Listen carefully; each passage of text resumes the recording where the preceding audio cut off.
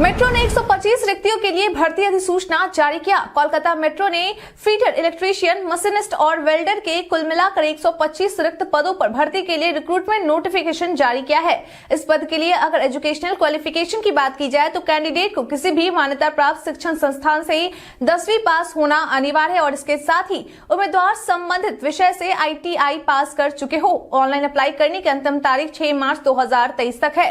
इस भर्ती के लिए आवेदन करने के इच्छुक और पात्र उम्मीदवार अप्रेंटिसशिप इंडिया की आधिकारिक वेबसाइट apprenticeshipindia.org पर जाकर आवेदन कर सकते हैं। बिहार में नवोदय की तर्ज पर बनाए जाने वाले कन्या विद्यालय में इन छात्राओं को मिलेगा लाभ।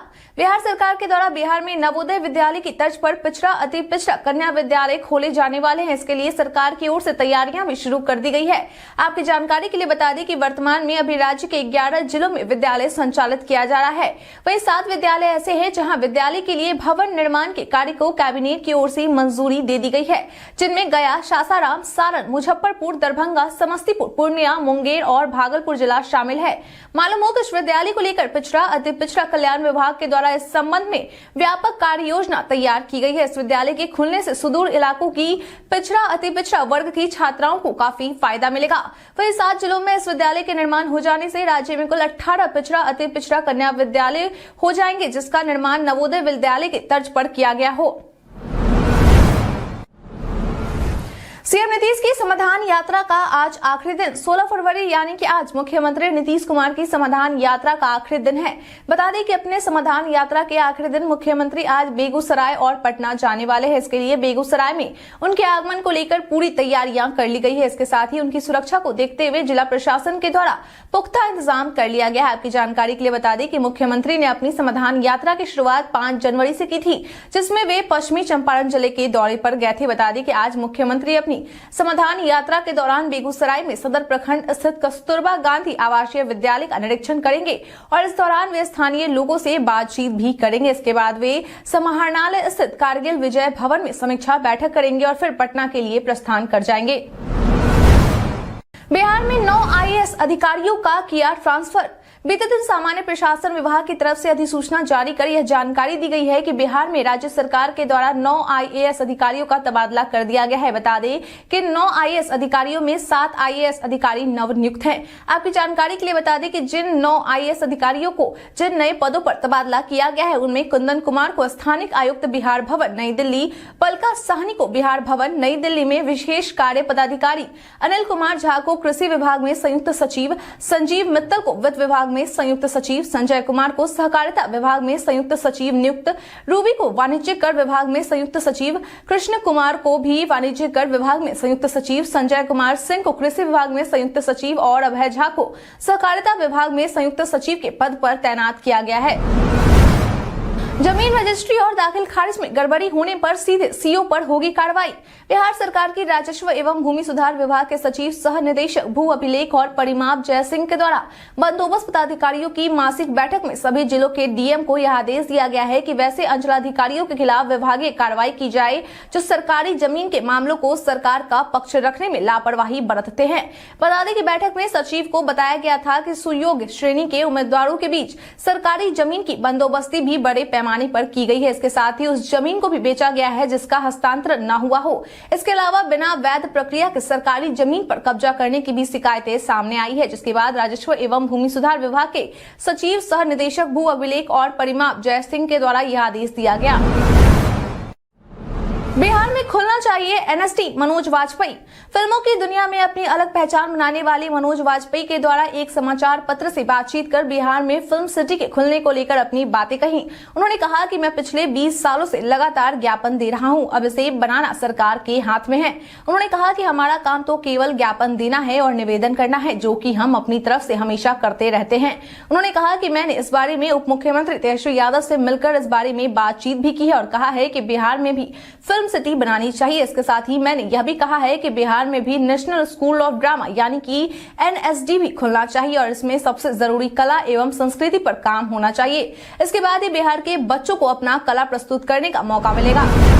प्रधानमंत्री ग्राम सड़क योजना के तहत राज्य के 29 जिलों की सड़कें बिहार सरकार के द्वारा बनवाई जाएगी। इसके लिए बिहार सरकार के ग्रामीण कार्य विभाग के द्वारा इन परियोजनाओं को पूरा करने के लिए 5 से 15 करोड़ रुपए जारी कर दिए गए हैं, जिसकी मदद से 29 जिलों के 165 ग्रामीण सड़कों और 19 पुलों का निर्माण करवाया जाएगा। इसके लिए कुल 1441.4675 करोड़ रुपए की प्रशासनिक स्वीकृति मिल गई है। आपकी जानकारी के लिए बता दें कि विभागीय सूत्रों के द्वारा दी गई जानकारी के अनुसार बनने वाली सभी सड़कों को बनाने के साथ ही 5 साल के मेंटेनेंस की भी व्यवस्था होगी, जिसके लिए 112.6117 करोड़ रुपए खर्च किए जाएंगे।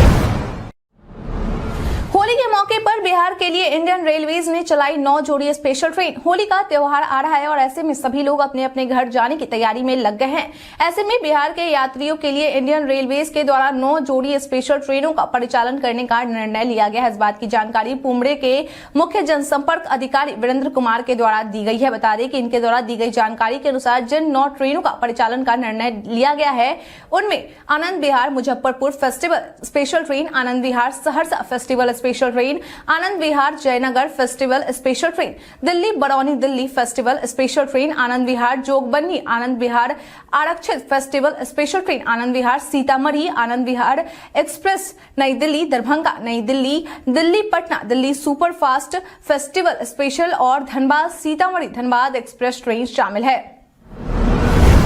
पटना हाईकोर्ट ने 2459 मदरसों की जांच संबंधित याचिका पर की सुनवाई। बीते दिन पटना हाईकोर्ट के एसीजे जस्टिस CS सिंह की खंडपीठ के द्वारा राज्य के अनुदानित 2459 मदरसों की जांच किए जाने के संबंधित अलाउद्दीन बिस्मिल की ओर से दायर जनहित याचिका पर सुनवाई की गई। इस दौरान कोर्ट के द्वारा CID को 4 महीने का समय देकर आदेश दिया गया कि वे इस समय तक सीतामढ़ी जिले के मदरसों की जांच कर रिपोर्ट कोर्ट के सामने प्रस्तुत करें। बता दें कि इससे पहले इन मदरसों की जांच का आदेश शिक्षा विभाग के अपर मुख्य सचिव दीपक कुमार सिंह को दिया गया था। याचिकाकर्ता के अधिवक्ता राशिद इजहार ने कोर्ट को बताया कि सीतामढ़ी में इससे 88 मदरसे हैं जो फर्जी कागजात के आधार पर सरकारी अनुदान का लाभ ले रहे हैं। वही अब इस मामले पर अगली सुनवाई कोर्ट के द्वारा 4 महीने बाद की जाएगी। बिहार में शराब तस्करों ने तस्करी के बदले तरीके। शराब माफिया ट्रकों के माध्यम से बिहार में शराबबंदी कानून लागू होने के बाद अन्य राज्यों से अवैध रूप से शराब ला रहे थे, लेकिन शराब तस्करों ने पुलिस की सख्ती और लगातार की जा रही कार्रवाई के बाद अपना रूट और तरीका बदल लिया है। दरअसल ADG मुख्यालय JS गंगवार द्वारा इस बात की जानकारी दी गई है कि पहले बंगाल, अरुणाचल प्रदेश, पंजाब और हरियाणा से होकर शराब लाया जाता था, लेकिन अब इन जगहों से सीधे न लाकर शराब को सीधे झारखंड ले जाया जा रहा है। वहां ले जाने के पश्चात सीमावर्ती इलाके में शराबों को गोदाम में डंप किया जा रहा है, फिर बिहार के विभिन्न जिलों में से छोटी गाड़ियों से सप्लाई किया जा रहा है।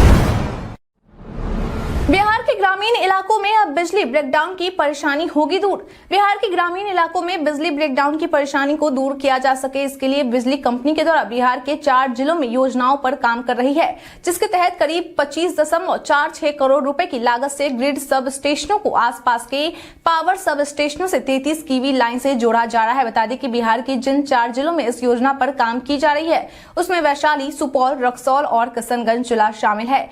मालूम हो कि इस योजना के पूरा हो जाने से ग्रामीण सब स्टेशनों को कई माध्यम से बिजली संपर्कता बहाल होगी। इसके साथ ही अगर एक सब स्टेशन में किसी प्रकार की कोई गड़बड़ी आ जाती है तो उस स्थिति में दूसरे माध्यम से बिजली की सप्लाई बरकरार रखी जाएगी और लोगों को बिजली ब्रेकडाउन की परेशानी का सामना नहीं करना पड़ेगा।